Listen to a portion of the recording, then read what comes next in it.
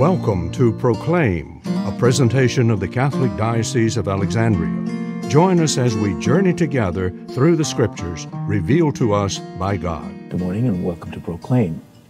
And so this story of the large crowd that is again with Jesus begins to unfold. It says, his disciples answered him, "Where can anyone get enough bread to satisfy them here in this deserted place?"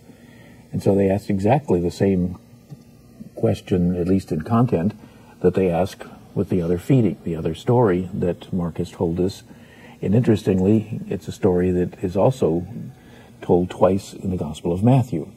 We find this story told 6 times throughout the 4 Gospels, which is certainly a pretty good indication of how significant it was and how important the early church considered it.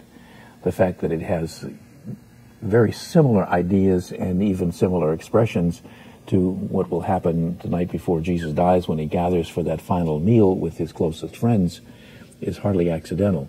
That was certainly something that the gospel writers wanted the early church that they were writing for to be aware of, to keep in mind that they are still being fed. They are being fed with the gift that was given at that final evening that may have some differences in feeding a large crowd who was with him for 1 to 3 days, but nevertheless the association is hard to miss.